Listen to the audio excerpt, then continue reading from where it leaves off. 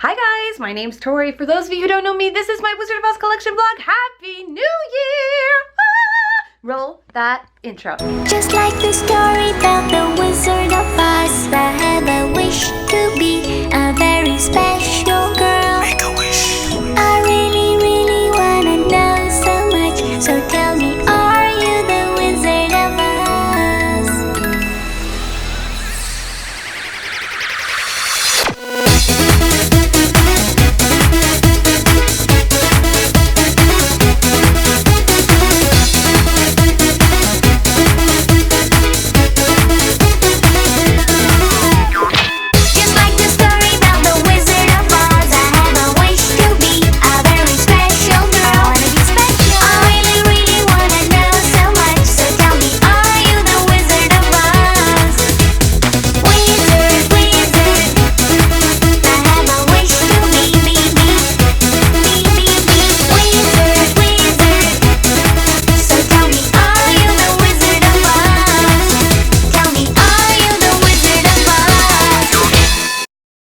Happy New Year, everybody. New hair, new me. If you're wondering where I've been the last couple of weeks, here's the story. Obviously, we had the holidays to get through and then New Year's, and then Rosa got the flu.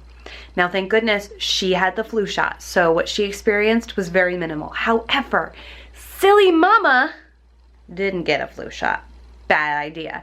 So I got it as well, and it was gross. And I'm just at the tail end of also this upper respiratory infection, which is really nasty and unpleasant, but on the mend and back to business, back to Oz. So what is new? A couple of things.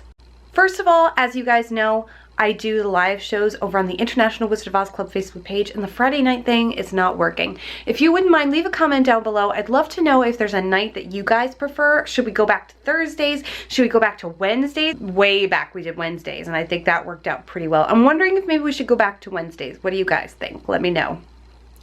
The next thing I wanted to touch on is the new editions of The Wizard of Oz that have come out for the 80th anniversary.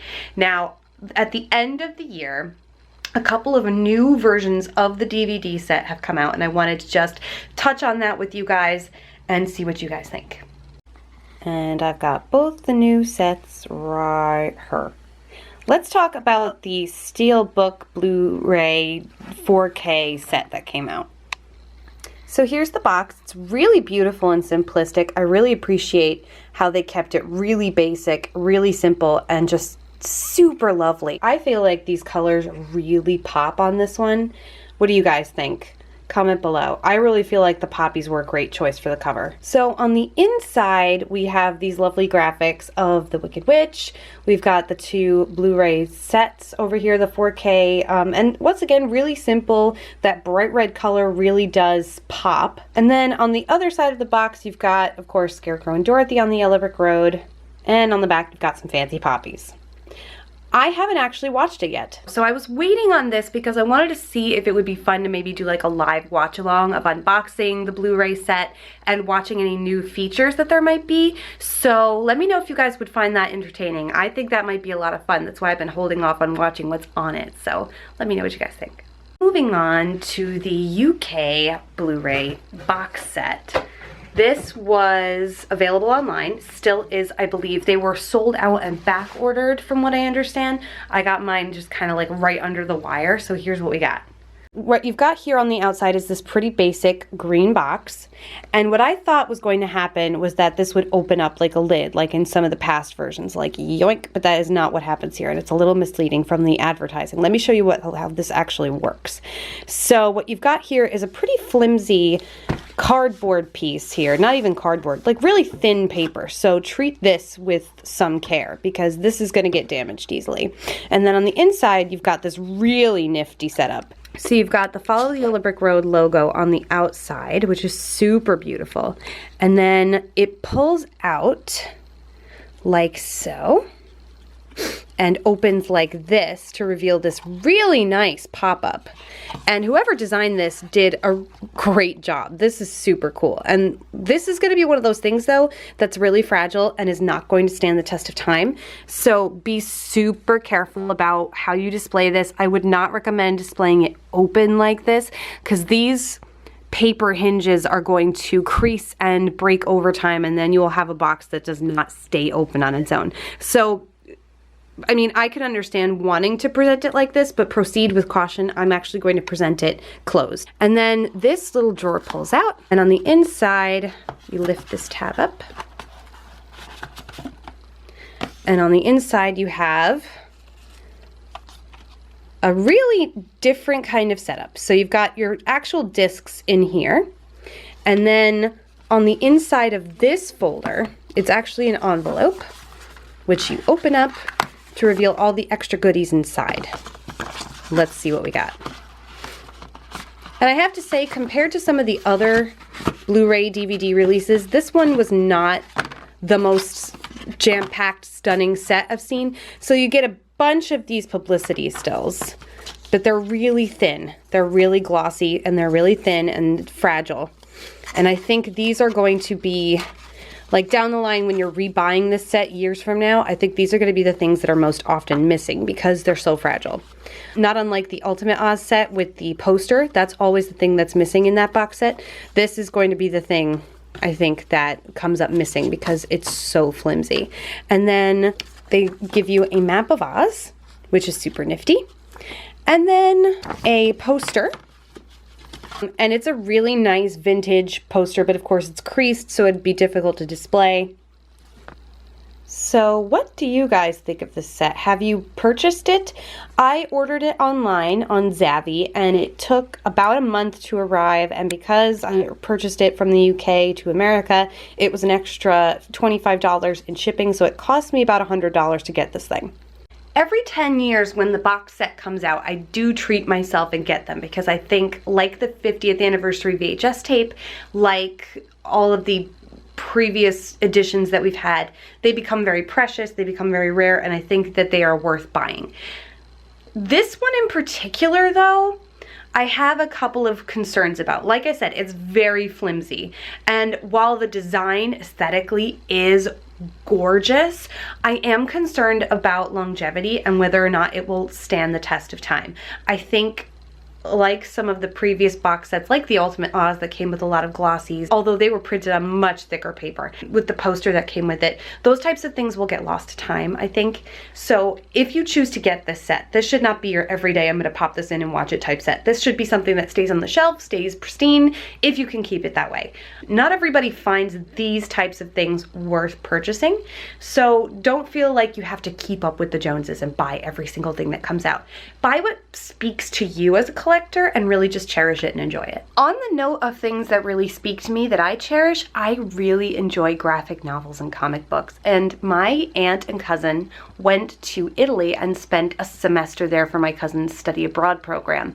And while they were there, they got me a graphic novel version of The Wonderful Wizard of Oz in Italian, which is so cool. I am Italian, for those of you who don't know, I'm Sicilian. So were they, and they thought this would really excite me, and boy, were they right. And I'm going to show you a couple pages. I really love it. Take a look. Now, first of all, shame on me, I don't speak Italian.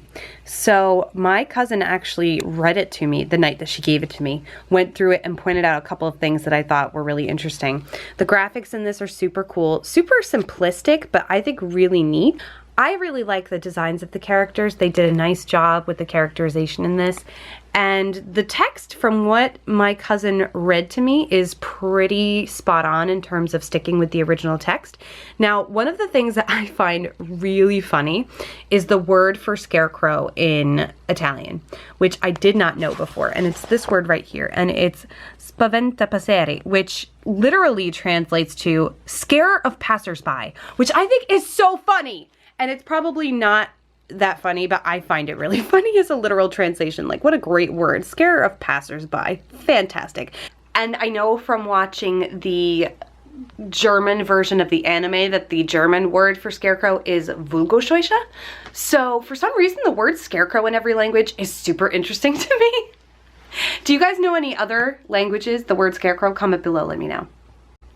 And now on to the big get of the last couple of months. This one for me was huge.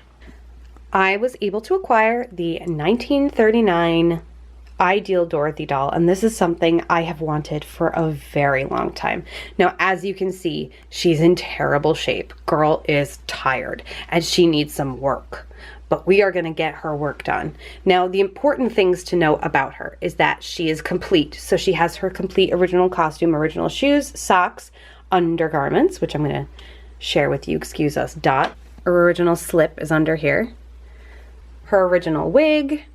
Everything on her is original to the doll. She still has all her teeth. She's complete. However, the plastic that makes up her outside is definitely in rough shape, which is why she was so affordable, because as you can see, this girl needs some tender loving care. Now, when I unboxed her, I actually got a clip of Rosa while we were unboxing her. Roll that clip. Rosaria. What? Packing peanuts are the devil. Packing peanuts. The worst. We're gonna need to do. Don't make a mess. I'm gonna eat them. Do not eat them. They're dangerous to eat. They're not for foods.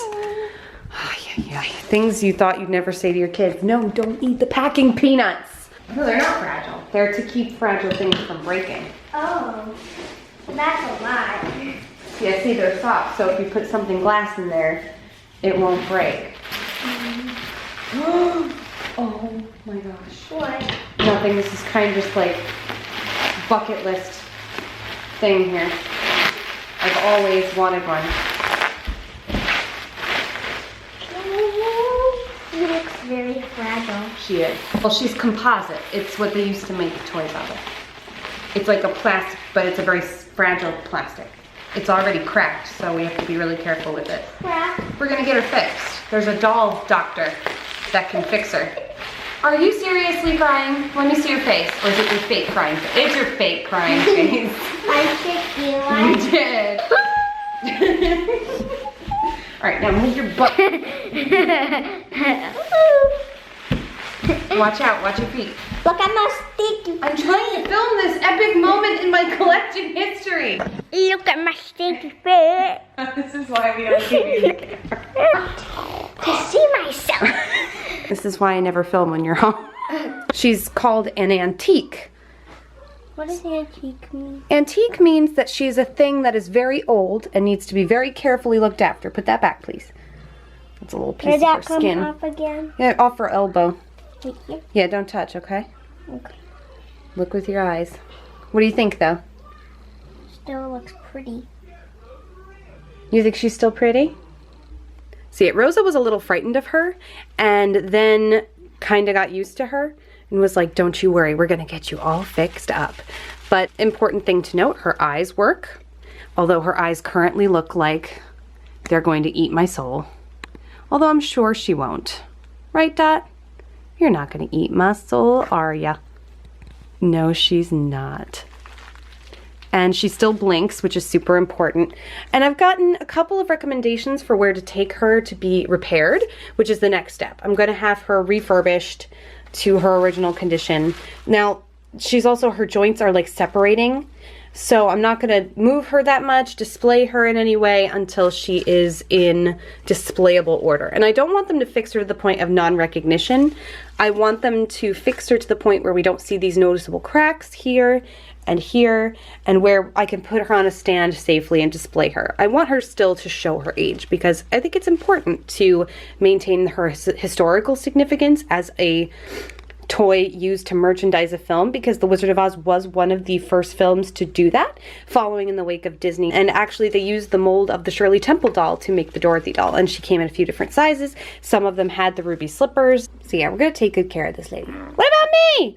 So to end this video, I'm gonna bring in my friendy friend here. Hello. I'm not a ventriloquist. My daughter has decided that she would like to be a ventriloquist and asked me for a ventriloquist dummy for Christmas. This was the one gift Santa didn't get her. This was the one gift Mommy got her. That's right. I know you can see my lips moving. I'm sorry. You're terrible. I know. So thank you so much for watching. Go ahead and subscribe. I promise not to do any more ventriloquism. If you hit the thumbs up button, hit the button. This was Michael's idea. If you hate ventriloquist dummies, blame him. Blame him. Look, you knocked us out of focus, friendy friend. I'm sorry. It's okay. Good night. Have a good night, everybody. Don't forget to subscribe. Hit that like button if you like what you see here. And don't forget to check us out on Instagram, Facebook, Twitter, Tumblr. Somebody asked me the other day if I'm gonna make a TikTok. I don't know what that actually does. So if somebody can explain TikTok to me, maybe I'll do it. Also, check us out on the International Wizard of Oz Club Facebook page, where every other week, supposedly, you haven't done it in a while. I know. We're gonna get back into it now that I'm well again. We do a live show where we watch something that you guys vote on. Head over to the Oz Vlog Facebook page, sign up so you can vote there, and then we watch something together live every other week on the International Wizard of Oz Club Facebook page, which, yes, we will be starting again next week for the new year. That's right. I'm a terrible ventriloquist. But anyway, have a good night, everybody. Bye. Bye-bye.